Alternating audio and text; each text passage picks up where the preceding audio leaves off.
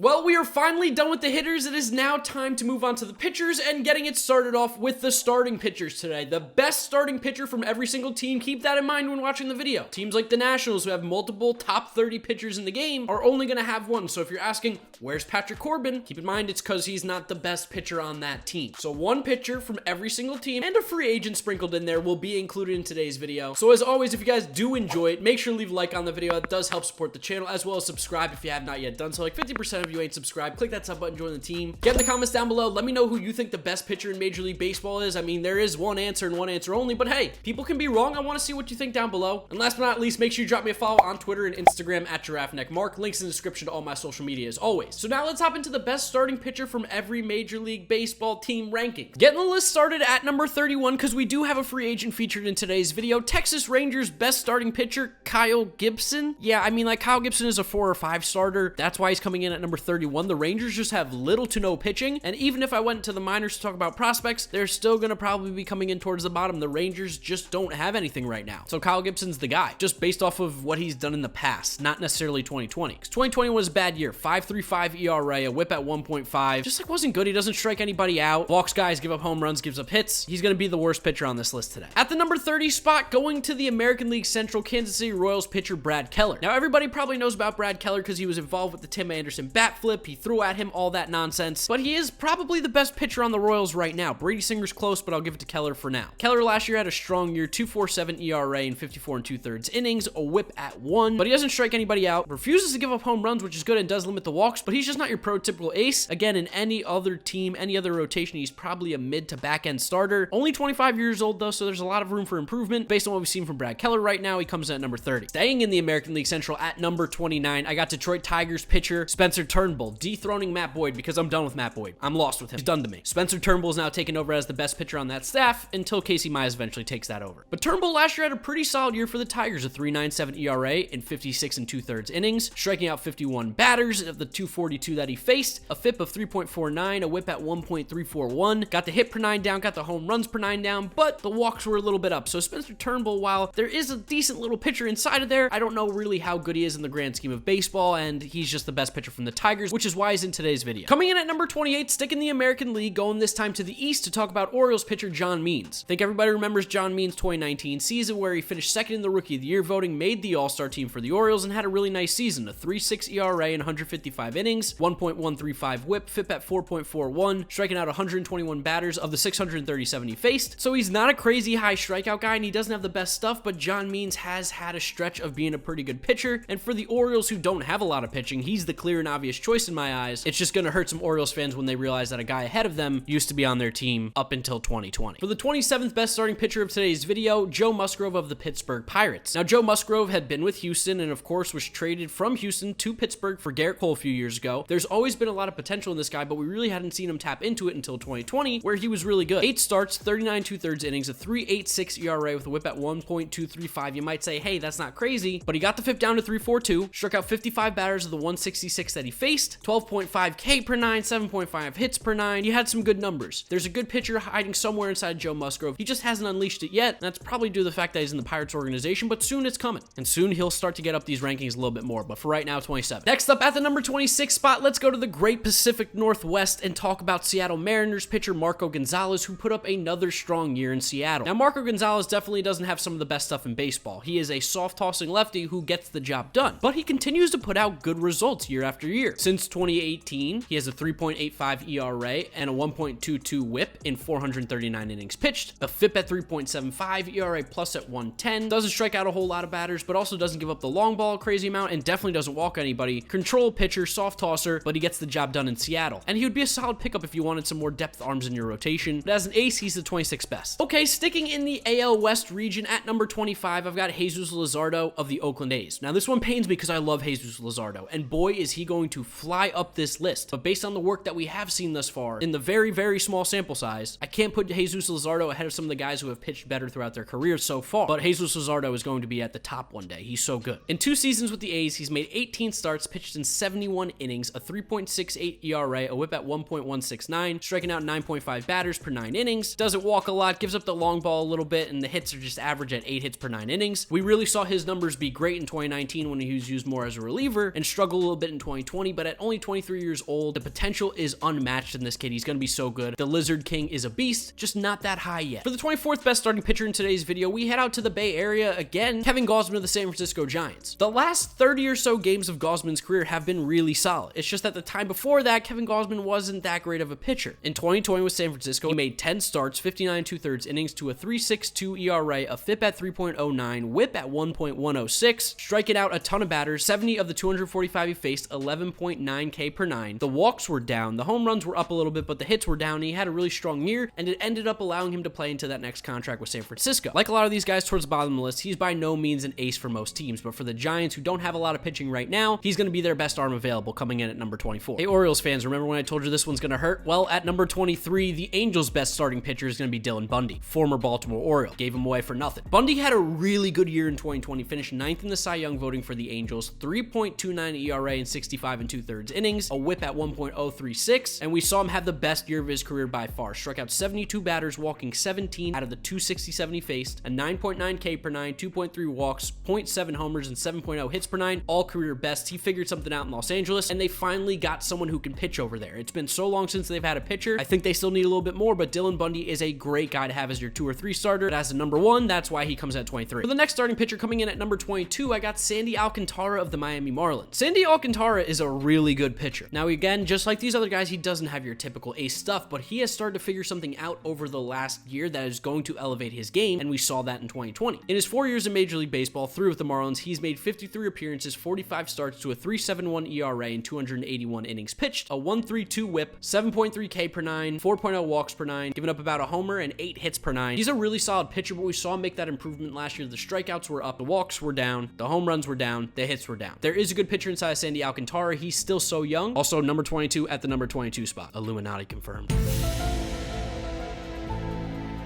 Missing out on the top 20, at number 21, Colorado Rockies' best pitcher, Germán Marquez. Now, if Germán Marquez pitched outside of Colorado for a different team, he could easily be inside the top 15 here. He's got some absolutely nasty stuff. But of course, he does pitch for the Rockies, and that is going to skew his numbers, and I can't just go off of the stuff. I have to see production in my rankings. That's how I always do it. I'm not going to change just for Germán Marquez, and because of that, he does get punished being outside the top 20. 2020, another strong year in Colorado, 3.75 ERA and 81 2/3 innings pitched, struck out 73 batters of the 344 he faced, a 1.261 WHIP, 3.28 FIP, which should tell you everything. Fielder independent pitching, that's really good in Colorado, especially with a 1.40 ERA plus. He's got good stuff. It's just he pitches for the Rockies. That's it. But because of that, he gets bumped down this list because the numbers just won't be there. He basically doesn't get to pitch half of his starts with a curveball. Now, getting our top 20 started at the 20 spot, I got Max Fried representing the Atlanta Braves. Now, I know Mike Soroka, what happened to him? He's probably not going to pitch very much in 2021, so I wanted to include someone that's actually going to go out there and pitch, and Max Fried's a really good option. Finished 5th in the Cy Young voting last year. Fried looked really solid in 2020, by far the best season of his career. 56 innings, 2.25 ERA, a WHIP at 1.089, FIP at 3.10, and an ERA plus at 2.12, striking out 50 of the 224 batters he faced. He's a good left-handed pitcher, controls the zone, doesn't give up home runs at all, doesn't give up hits, doesn't give up a lot of hard contact, got that nasty curveball. He's one of the great young pitchers in the National League East that's got a plethora of young talent, and he was going to be a part of that Braves rotation for a long, long time. Coming in at the number 19 spot, San Diego Padres best pitcher, Dinelson Lamet. Now again, this could have been Mike Clevenger, but of course he's hurt, so we can't go with Clevenger. And it's not Paddock anymore. Paddock has kind of come back down a little more to earth. It's Dinelson Lamet. His stuff's crazy good. Coming off of Tommy John in 2019, only made 14 starts to a 4.07 ERA, but 2020 he was healthy and he was looking nasty. 12 starts, 2.09 ERA, 69 innings, nice. A WHIP under 1 at 0.855, that's gross. He finished 4th in the Cy Young voting, 12.1 K per nine, 5.1 hits per nine, 0.7 home runs. He doesn't even walk, guys. He did everything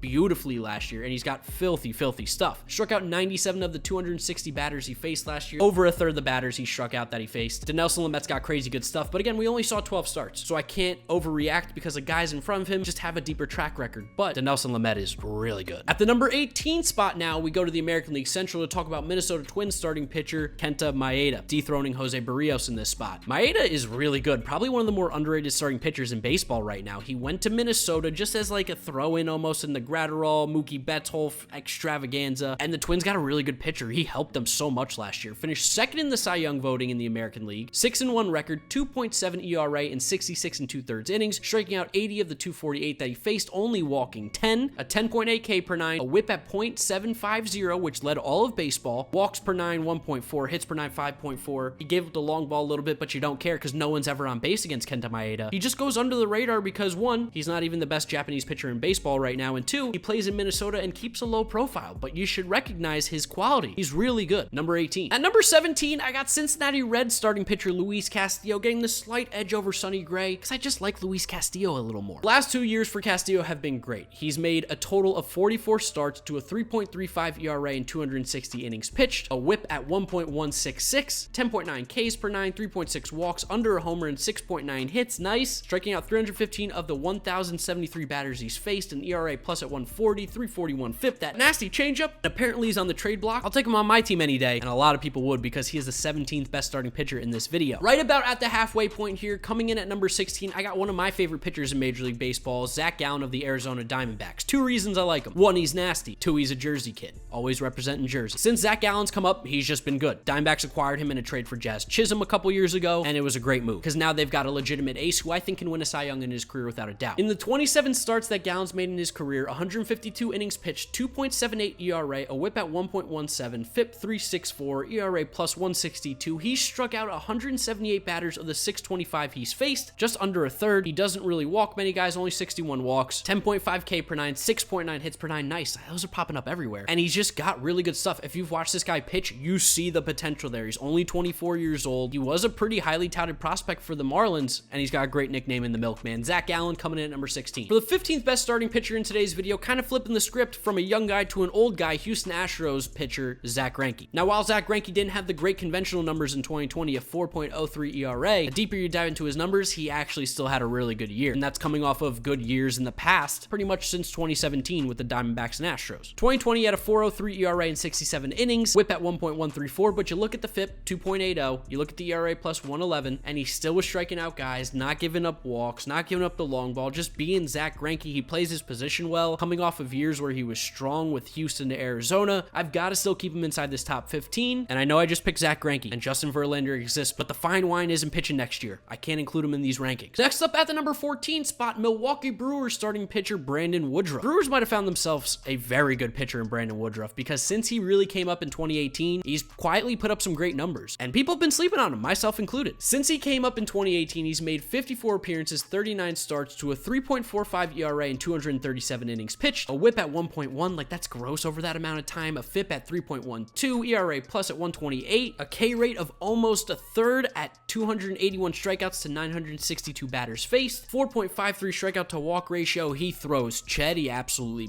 just throws heat. He's a really good pitcher. Number 14 for Brandon Woodruff of the Milwaukee Brewers finally got some arms. For number 13, I went with Chicago Cubs starting pitcher Yu Darvish. And I know Yu has been a little bit shaky in the past, but what we saw in 2020 is going to be the Yu Darvish for the future. He was talking with Trevor Bauer, he worked with Driveline last offseason, and he got better. He finished second in the Cy Young voting, even got some MVP votes, finishing 14th. He was disgusting. 12 starts, 76 innings pitched, a 2.01 ERA, a FIP at 2.23, which led the National League, a whip under 1 at .961, 11 Ks per 9. He's got the best K per 9 in MLB history at 11.1, 1.7 walks. He wasn't walking anybody. The home runs were gone. 0.6 home runs last year and 7 hits. Fantastic year for Yu Darvish. Kind of getting a little bit of a renaissance to his career. He was just absolutely filthy in 2020, and I expect him to continue on with that as he's figured out how to pitch a little bit better recently. Yu Darvish, number 13. At the number 12 spot, you might have forgot about him, but Chris Sale of the Boston Red Sox, of course, coming off major surgery. That's always going to be a concern, especially when it's Tommy John and he's over the age of 30, but we know how good Chris Sale can be when he's healthy. Now, he didn't leave a good taste in people's mouth at the end of 2019 because he had a 4.4 ERA, but when you dive deeper into the numbers, he was actually a lot better than what his ERA and stuff say. A FIP at 3.39, whip was still hovering right around 1, which is gross. Struck out 218 of the 612 batters he faced. He was still striking out batters, not walking guys. He was just giving up a few more hits and a few more home runs. That was about it. But Chris Sale still has some of the nastiest stuff in the game. He actually has the MLB record for the best strikeout to walk ratio at 5.37 in history. I know he hasn't pitched in a year, and I know he's coming off off Tommy John, but I still think he's so good. I'll take 150 innings from him anytime. Chris Sale, number 12. And then just missing on the top 10 at the number 11 spot, I got Blake Snell of the Tampa Bay Rays. Oh, poor Blake Snell. The World Series, that was a killer. I mean, the guy should have pitched. Kevin Cash yanked him early and they lost. He deserved to finish that game, and he pitched really well in the postseason, pitched well in 2020, and he's won a Cy Young before in 2018. It's just he has that weird year of 2019 sprinkled in there, but still, he still is a good pitcher. He even had a decent year then. He just gave up some more runs. That's it. Over the last 3 years, Blake Snell has a 2.85 ERA, a whip at 1.1, a FIP at 3.2, ERA plus 148, striking out just under a third of the batters he faces. Like, what? Blake Snell is so good. Gotta get the walks down a little bit. That's a little concerning to me. And of course, you have to worry about like how long he's gonna pitch, because he really only pitched 5 innings last year every game. But when he's healthy and when he's motivated and when he's dialed in, he might be one of the best left-handed pitchers in the game. Got him at number 11, just outside the top 10. Getting the top 10 started at the number 10 spot, quietly a top 10 pitcher in Major League Baseball according to this video, Lucas Giolito. Giolito is so good. Have you guys noticed how good he is? I don't think you have. I don't care about 2018. Something changed and he figured out how to pitch again. 2019 and 2020 combined a 3.43 ERA, whip at 1.056, FIP 3.316, and ERA plus at 132. He strikes out just under a third of the batters he faced, 325 strikeouts of the 993 batters faced. Doesn't really walk that many guys, only 85 walks in that time. Doesn't give up a lot of hits, doesn't give up a lot of hard contact, pounds the strike zone. And if you've watched him pitch the last 2 years, you know this guy's only getting better. He is figuring stuff out. He is pumping that fastball. He has looked really good out in Chicago. He is the ace of that staff without a doubt. He gets my top 10 started at number 10. Giolito's so good. At the number 9 spot, one of the most underrated pitchers in baseball still, Hyun-Jin Ryu. Yes, he's still underrated even after finishing 3rd in the Cy Young voting, after finishing 2nd in the Cy Young voting in 2019. He did it again in 2020. He's a beast. Pretty much every year he's been healthy, he's been good. Since 2018, he's made 56 starts, a 2.3 ERA and 332 innings pitched, a whip at 1.036. His K per 9 isn't great. It's hovering right about 9, but he does have a K rate of about 25%, which is good. Doesn't give up a lot of hits, doesn't walk anybody, which is amazing, and the long ball isn't a big issue for Hyun-Jin Ryu. He's just a really solid pitcher. He just doesn't get the love that he deserves because he doesn't throw 100 miles an hour and never is considered to be one of the nastiest pitchers in baseball, but he is arguably one of the best left-handed pitchers in baseball, and you could probably make an argument he might be the best. Hyun-Jin Ryu at number 9. Coming in at number 8 after a bit of a down year in 2020, I got Jack Flaherty of the Cardinals, who's really good and was also a high school teammate of Lucas Giolito. That's unfair. Flaherty really got his first taste of big league ball in 2018, and when you saw him pitch then, you went, oh, this kid's gonna be something special. 5th in the Rookie of the Year voting 2018, 4th in the Cy Young voting 2019. 2020 was a rough year, but again, you look at the numbers, you dive deeper into them, not that bad as his traditional numbers state. Like a 4.9 ERA, not great, but the FIP was 4.11, the whip was a little low, he was still striking out batters, he just was walking a few more guys than normal, and that was the big issue. But you look at the last 3 years as a whole, 3.2 ERA, whip at 1.047, FIP at 3.69, ERA 128, striking out just under a third of the batters he faced. Not a lot of walks, not a lot of hits. The home runs are a bit of a thing, but he's got nasty stuff. Jack Flaherty's only 25 as well, and he's the 8th best pitcher in baseball. That's pretty good. For the number 7 spot in today's video, Philadelphia Phillies pitcher Aaron Nola. Aaron Nola is quietly a really good pitcher now. Will he ever get back to that 2018 status where he was a Cy Young candidate? I don't know about that, but he doesn't need to because he's still very good. He's been striking out more batters as the year have gone on. He arguably has become a better pitcher possibly. It's just I don't know if he'll get that ERA ever again. Striking out more batters, giving up less hits. He's been really good. Last year, just like a lot of these top pitchers, he almost struck out a third of the batters he faced, didn't really walk anybody, threw 2 complete games, 1 shutout in 71 1/3 innings, 3.28 ERA, and over the last 3 years, his ERA is a 3.13 with a 1.1111111111 win. And then just missing out on the top 5, coming in at number 6, Los Angeles Dodgers pitcher Clayton Kershaw. I still have him as the best pitcher on the Dodgers. He had another great season in 2020. It's just that the guys ahead of him are a little bit better, but Kershaw is still unbelievably good. He's still elite, even if I love to make Kershaw playoff jokes, but I can't do that anymore. They won the World Series, and he's probably the best pitcher I've ever watched pitch. In 2020, had another great year, like I said, 2.16 ERA, a whip at 0.840, FIP 3.31, ERA plus 196. The strikeouts are definitely getting down there now. He's not as much of a strikeout pitcher as he once was, but he's still pretty good, striking out over a quarter of the batters he faced. Doesn't walk anybody, doesn't give up hits. The long ball's an issue, but not really. And again, this is coming off of a down season for Kershaw, where he had a 3.03 ERA the year before. Guy has a career ERA of 2.43. It's just hard to rank this guy low. He's so good, even when he's not good. Kershaw, number 6, just outside the top 5. Getting the top 5 started at the number 5 spot, free agent, former Reds pitcher Trevor Bauer. Yeah, I'm going to put Trevor Bauer in the top 5 because he's that good. 2019, not his best year, but you combine 19, 18, and 20, and you get a really gross pitcher. Those 3 years combined a 3.18 ERA, whip at 1.116, FIP 3.38, ERA plus 144. He strikes out a silly amount of batters. Are you ready for this number? He has a K rate of over 30%, 574 strikeouts, strikeouts and 461 in the third innings, and that's with a bad season, keep in mind, or bad in quotation. Last year, he was just gross. Like, he was a man on a warpath. A 1.73 ERA in 11 starts, 73 innings pitched, .795 whip, 5.1 hit per nine, 276 ERA plus, 12.3 K per nine. Didn't walk guys. He also just doesn't get hurt. His arm, he's never had an arm injury. He's an absolute warrior out there, and I want the Mets to sign him, and hopefully they do. Trevor Bauer, number 5. For the number 4 best starting pitcher in my video, Washington Nationals, Max Scherzer. Now, yes, Scherzer had a down year, but again, like a lot of these guys, a down year is still nasty, and I can't forget what he did, which was for a 5-year stretch, keep an ERA under 3 and a whip under 1 and just all this craziness and win 2 Cy Youngs. He's so good. Also, like, I feel like the Nationals kind of just didn't care about last year. Weird season, and they won the World Series. Like, a little hangover. But even in a bad year, he still had a 3.7 ERA in 12 starts, a whip at 1.38, which was a little bit high for him because he was walking more guys, but still struck out 12.3 batters per 9 innings, a K rate right around 30%, giving up the home runs, but Scherzer's always been a home run guy. He gives up home runs. It's just no one's on base. This year, though, they were because he was walking guys. Is that going to be an issue for Scherzer? No. Is he the same bulldog that he once was? Yes. Is he still a Cy Young candidate? Yes. But he is going to be exiting his prime in the next couple years, I would assume, but also at the same time, it wouldn't surprise me if he comes back and pitches lights out in 2021,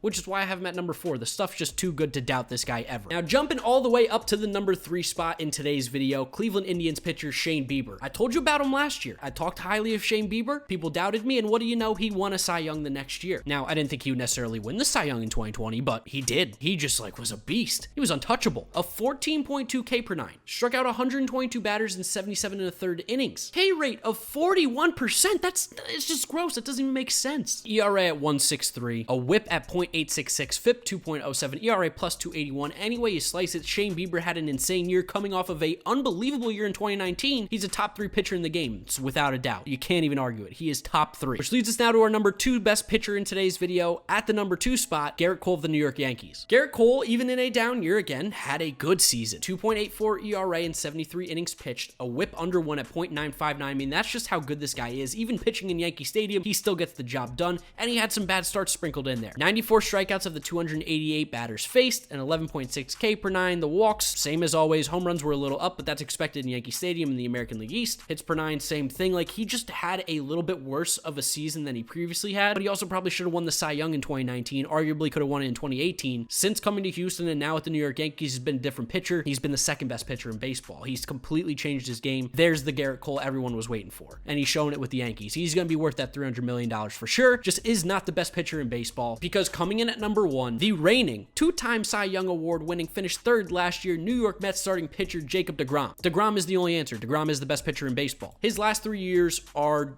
they're a joke. 76 starts, 2.10 ERA in 489 innings pitched, a whip under 1 over 3 years for .943, a FIP at 231, an ERA plus at 188, strikes out just under a third of the batters he faced, 628 strikeouts to 1,900 batters faced, doesn't walk anybody, doesn't give up home runs, doesn't give up hits, and he was throwing 102 last year. He arguably might have gotten better, and in a short season, he still almost won the Cy Young for a 3rd straight year. Jacob deGrom is the best pitcher in baseball. Any other answer is wrong. Just like Mike Trout on the hitting side, Jacob deGrom is clearly the best pitcher in the majors, and he's on my New York Mets. I love it. Jacob deGrom at the number 1 spot, undisputed champion of the world, best pitcher in baseball. So those are my starting pitcher rankings for the best starting pitcher from every team in Major League Baseball. I'd love to know what you guys think down in the comment section below. Jacob deGrom, Garrett Cole, Max Scherzer, all the talent that's at the top of these rankings. It's unbelievable. The pitching is so incredibly deep, and this is only including 1 pitcher per team. If you had multiple pitchers from multiple teams, this list gets even crazier. So I'd love to know who you think maybe got left off or got snubbed, or what rankings you thought about, or what rankings you're agreeing or disagreeing with down in the comment section below. Remember to drop a like on the video, as well as subscribe to the channel if you have not yet done so, and follow me on Twitter and Instagram at GiraffeNeckMarc. Links in the description. Thank you guys so much for watching. You know the drill from here on out. YouTube recommends you watch this video. This is my most recent upload, so click through those if you have not yet seen them. Thank you so much for the support. We got relief pitchers coming at you tomorrow, and then wrapping it up with the top 50 rankings in baseball, so keep an eye out for that. Thank you so much for watching. I'll see you all tomorrow for another video. Bye.